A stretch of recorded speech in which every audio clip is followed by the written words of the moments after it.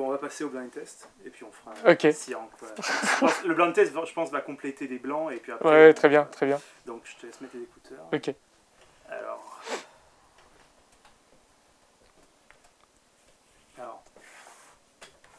rapido, je t'explique. Quand une fois que tu as trouvé, ouais.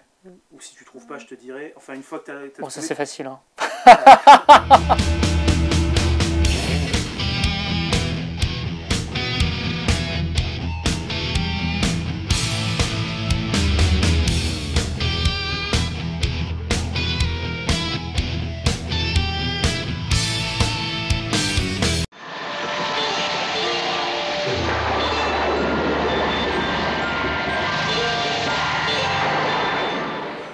Ok, bon, Suspiria d'Dario Argento. Je crois que c'est un des films que j'ai vu le plus de fois quand j'étais adolescent et toujours aujourd'hui.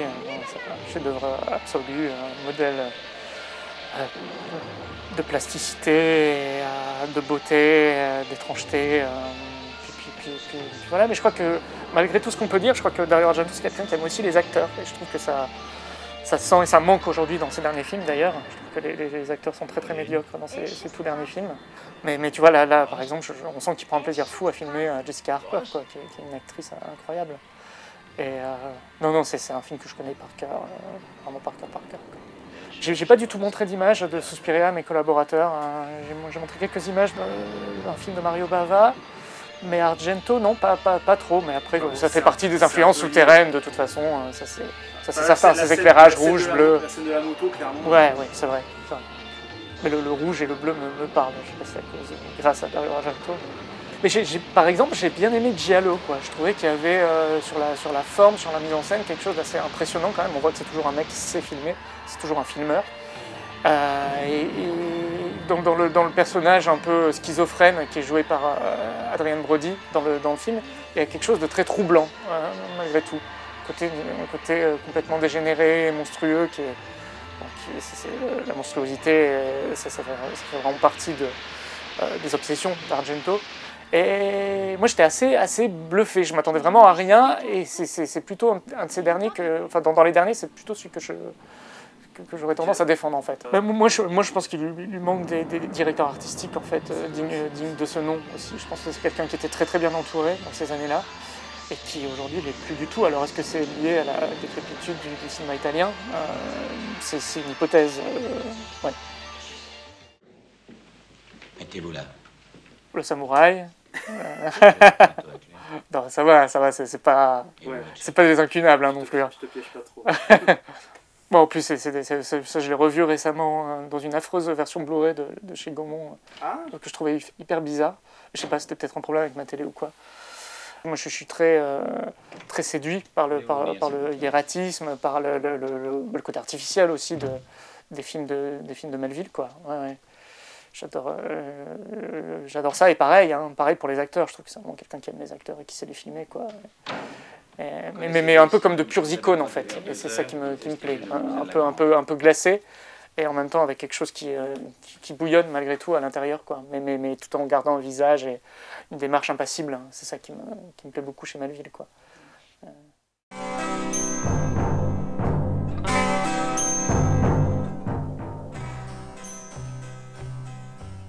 Je reconnais, c'est Custom Car Commandos de Kenneth Anger, c'est ça?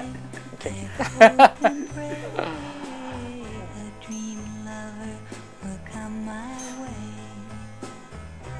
C'est pas du tout mon préféré de Kenneth Anger. Je préfère des choses plus baroques. C'est très beau, hein. C'est magnifique, tu vois ces plans-là. C'est sûr que il y a un côté... Il y a un côté très fétichiste dans ce film-là, dans Scorpio Rising aussi, qui n'est pas ce que j'aime le plus, chez Kenneth Anger. Je préfère quand il part dans la démonologie, dans le mysticisme total. Je vois des films comme Invocation of My Demon Brother, Lucifer Rising, tout ça pour moi ça reste vraiment ce qu'il a fait de plus beau. Mais après c'est sublime, quoi. C'est des expériences de cinéma totales, et tu vois, je crois qu'on oublie le fait que ce soit des courts-métrages où on s'en fout en fait, si on court un long, c'est juste une expérience dans laquelle tu plonges et tu sors pas indemne, quoi. Donc c'est magnifique.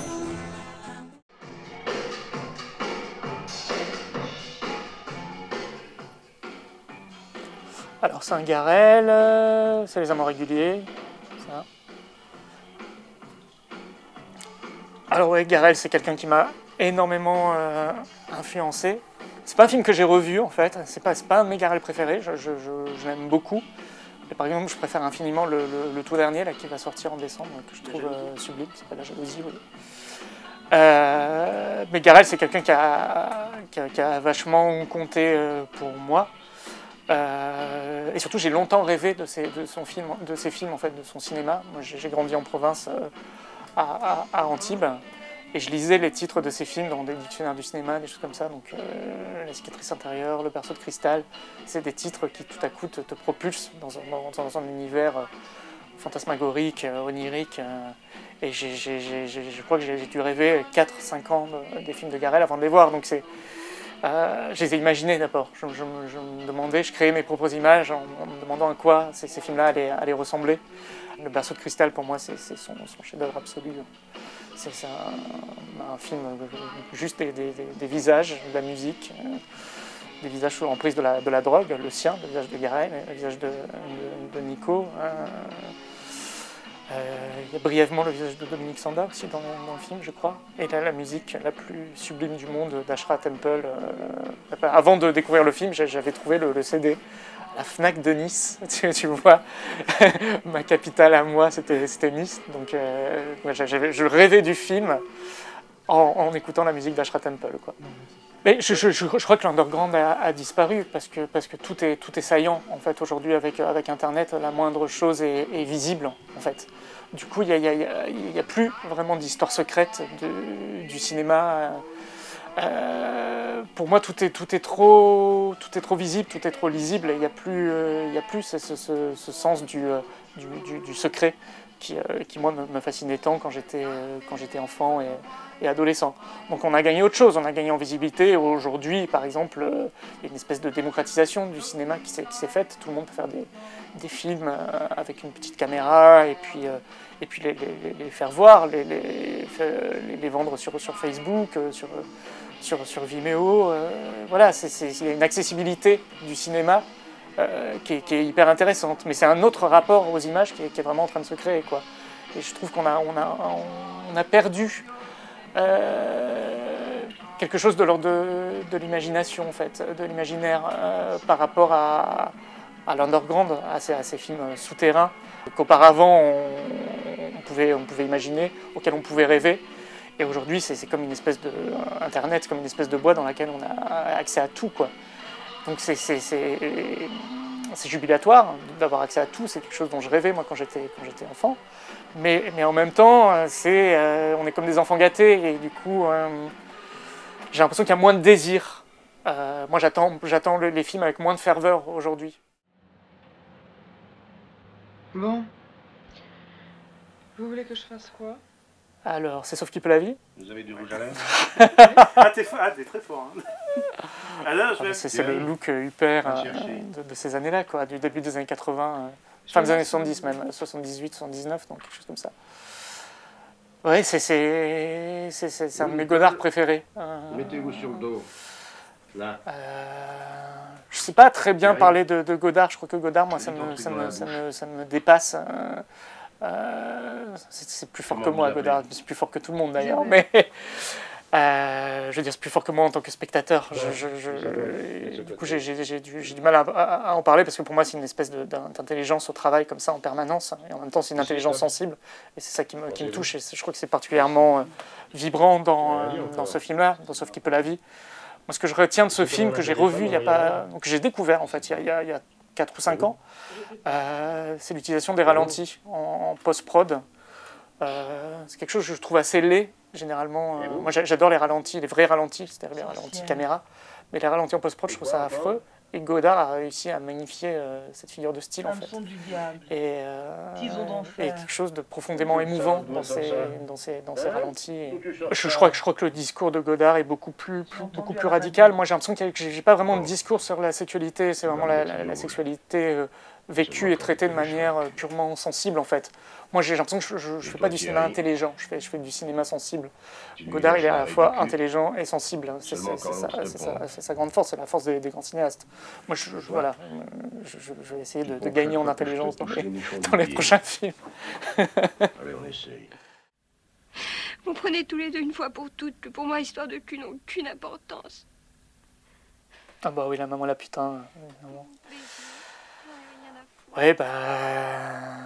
c'est un de mes films préférés aussi, plutôt visé juste, jusqu'ici. Bah, je crois qu'on a...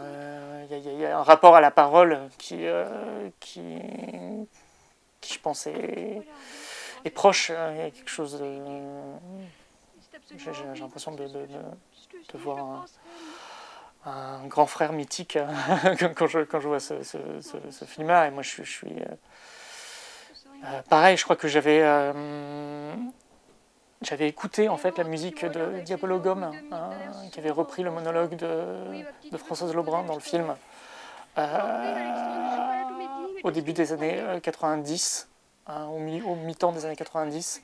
Et j'avais découvert le film par cette musique, par la musique de Diabologum, qui était un groupe français des années 90. Et pareil, c'était impossible de voir le film, en plus il n'existait pas en vidéo, etc. Et j'ai découvert beaucoup plus tard, je devais avoir 23 ou 25 ans. Et ouais, bah, c'est un film d'écorché vif, c'est un film très, très noir. Moi j'ai l'impression d'être un grand optimiste à côté de Jean Eustache. Mais j'espère que je vivrai un peu plus longtemps.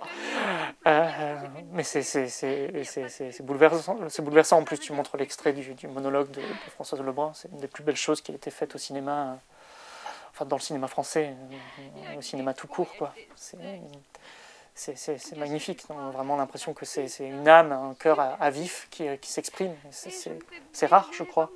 Aujourd'hui, surtout aujourd'hui où il y a tellement de filtres, tellement de masques dans le cinéma, cette intimité-là, ce cœur-là, moi j'ai l'impression d'y avoir accès de moins en moins en fait. Et c'est ça qui me manque aussi aujourd'hui. Entrez, je vous en prie. La porte est ouverte.